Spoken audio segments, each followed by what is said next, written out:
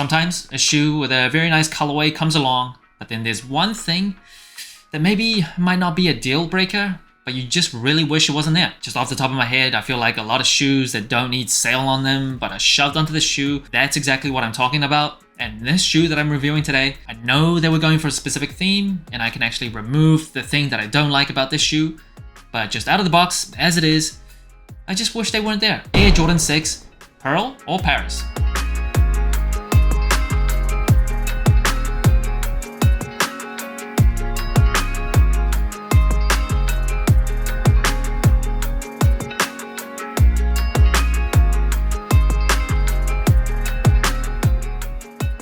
Now the shoe is officially dropping on August 7th for $200. It is a women's exclusive, another addition to the whole Paris Olympics kind of collection that Nike's been putting out, or Jordan Brand has been putting out. And first impressions of the shoe.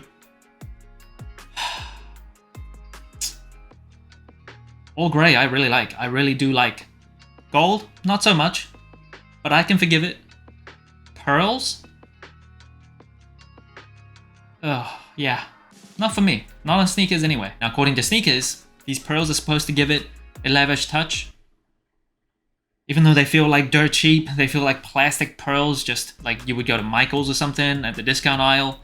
Yeah, just not good at all. And it's not the first time like pearls have played into like a Jordan Brand sneaker. The Jordan 4 Pearl was a thing, but if I remember correctly, it was just like the colorway, the aesthetic. There was no actual physical plastic cheap beads that they trying to pass off as pearls. Now the closest shoe that I have in my current rotation, in terms of colorway at least, is the Jordan 6 Georgetown. And out of these two, come on, it's not even close. It is absolutely not close at all. This is one of my favorite Jordan 6 colorways ever. I think the Georgetown colorway in general on any Jordan Brand shoe works really well. This is golden, even though this has gold. Now this golden color, that is actually a nod to the Parisian cafe chairs. And the shoe overall, it's also a nod to the Pont Alexandre, not quite sure how to pronounce it, but it's a very famous site in Paris. Just very beautiful scenery. And yeah, when you know the references, you can kind of see it. And the upper of the shoe, it is completely suede. And the suede, it is pretty nice. It is not like that super hairy suede. So if you're into that, this probably isn't the shoe for you.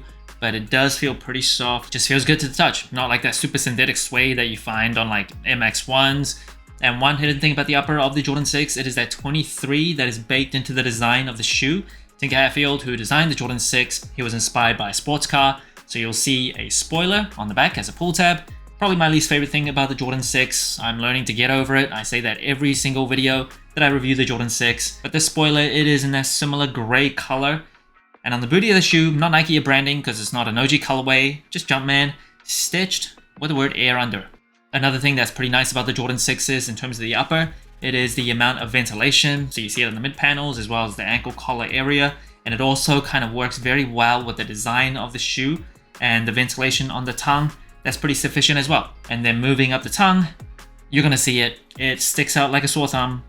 These pearls, I know what they're trying to go for with the whole like upscale Parisian theme. But yeah, like I said at the beginning of my video, I just wish they didn't have these on here. And it also doesn't feel like luxurious pearls. It feels like plastic, cheap, crappy pearls. So that doesn't help it at all. They also kind of remind me of those Buddha beads that my dad loves to wear. But apart from that, the Jordan 6 is one of the most unique tongues. So you see this kind of neoprene patch with the Jumpman stitched. You can also pull this thing off, tuck your laces behind, clip it back on, and then at the very top, it is the tongue itself, comes in this kind of rubber material with the words Air Jordan, and you can put your fingers through the tongue as well. Now the shoe does not come with any extra laces. I would not want to swap out laces. With the whole pearls, you gotta like make sure you don't lose them, and knowing me, I will lose like 2 of them. It'll just look off balance, so pure platinum laces it is. If I had to choose another color, I think white would look pretty nice. Make the shoe kind of pop a little bit. Yeah.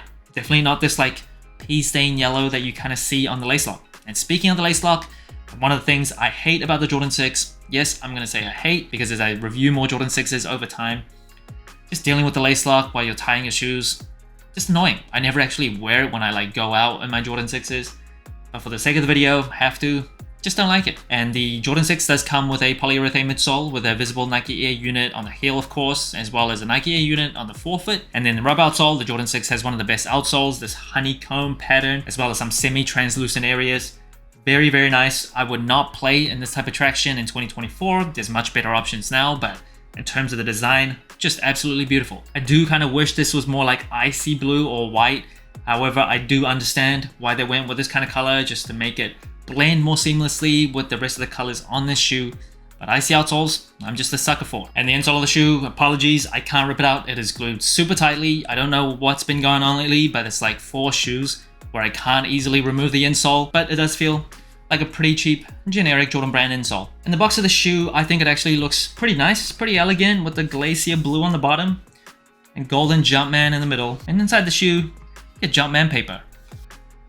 And now moving on to size and comfort, I am a wide and flat footer. I used to go up half a size for Jordan 6s because as a fat footer, from a bird's eye view, you just see a lot of spillover. You just see like a fat shoe. But as time went on, I was just like, the length just doesn't fit too well. There's a bit too much wiggle room. So I started going true to size, and I think that's what I'm gonna go with for the future. Don't mind that spillover. As I get older, I care less about how it looks, but more about practicality and comfort, as well as functionality. So true to size, whether or not you have wide feet, I think is the way to go. In terms of overall comfort, still pretty low profile. Just 2 Nike Air units, polyurethane midsole, very old technology. The padding inside the shoe is okay. It's not as well padded as like a Jordan 3 or I think a Jordan 5. I think those wrap around your feet a little bit better. There's nowhere on the Jordan 6 that hurts your feet, unlike the Jordan 4s that might kill your pinky toe if you have wider feet. Even the Jordan 11s, when you first put your feet in, the pinky toe for wide footers can be a bit of a problem. It's not the lightest shoe, but I wouldn't call it like a brick or too heavy. Definitely less boxy and stiff than like an Air Force 1. And that brings the total sole score of the Jordan 6 Pearl or Paris to 28 out of 40. A pretty average score compared to other general releases. Now first, it is colorway.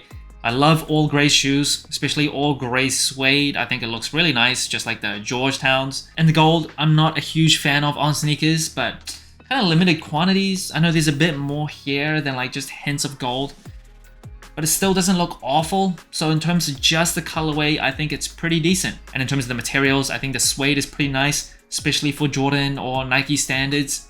Yeah, it's nice to the touch, still not as good as some suede that you see on like Asics or maybe New Balance, like the Kith Torontos. Those are such nice suede, but overall, still pretty good. Now in terms of the comfort of the Jordan 6, it is pretty decently comfortable. I would say for casual use, no complaints. Still pretty flat to the ground. Remember, it is a basketball shoe originally, so if you're looking for like the best walking shoe or a shoe that it just make you feel really well cushioned, this probably isn't it for you. But I feel like if you're buying Jordan Retros, you care more about how it looks than how it feels on feet. Now in terms of the versatility of the shoe, Jordan 6s still look pretty athletic. Still doesn't blend into like casual use as well as like the Jordan 1s or the 3s or the 4s. So it's not like a super wearable silhouette. And I will say mid or high cuts are less wearable or less versatile than low cut shoes.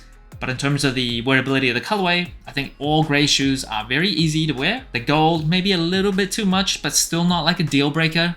These slight tints of Glacier blue, I think are very subtle as well. But then you come to these pearls, and I don't know many people that would want pearls on their shoes just walking around. So yeah, if it wasn't for these, this would be a more versatile and wearable shoe, but they come with pearls. Now the Jordan 6 is really growing on me lately. The Jordan 6 Olympic, one of my favorite sneaker releases of 2024. And this shoe, even though there's one big gripe that I have with it, I still think overall, just looking at the color, and if you understand like the references, kind of makes sense. So that's all pretty nice, but yeah, I know I can just take them off, but I'm reviewing a shoe as it is out of the box. Yeah, just don't love these. So that's it. Thanks for watching. Sole Inclined. Let me know what you think of the Air Jordan 6 Pearl. Like, subscribe, comment, all the good stuff. And remember, tomorrow may never come, so wear your shoes.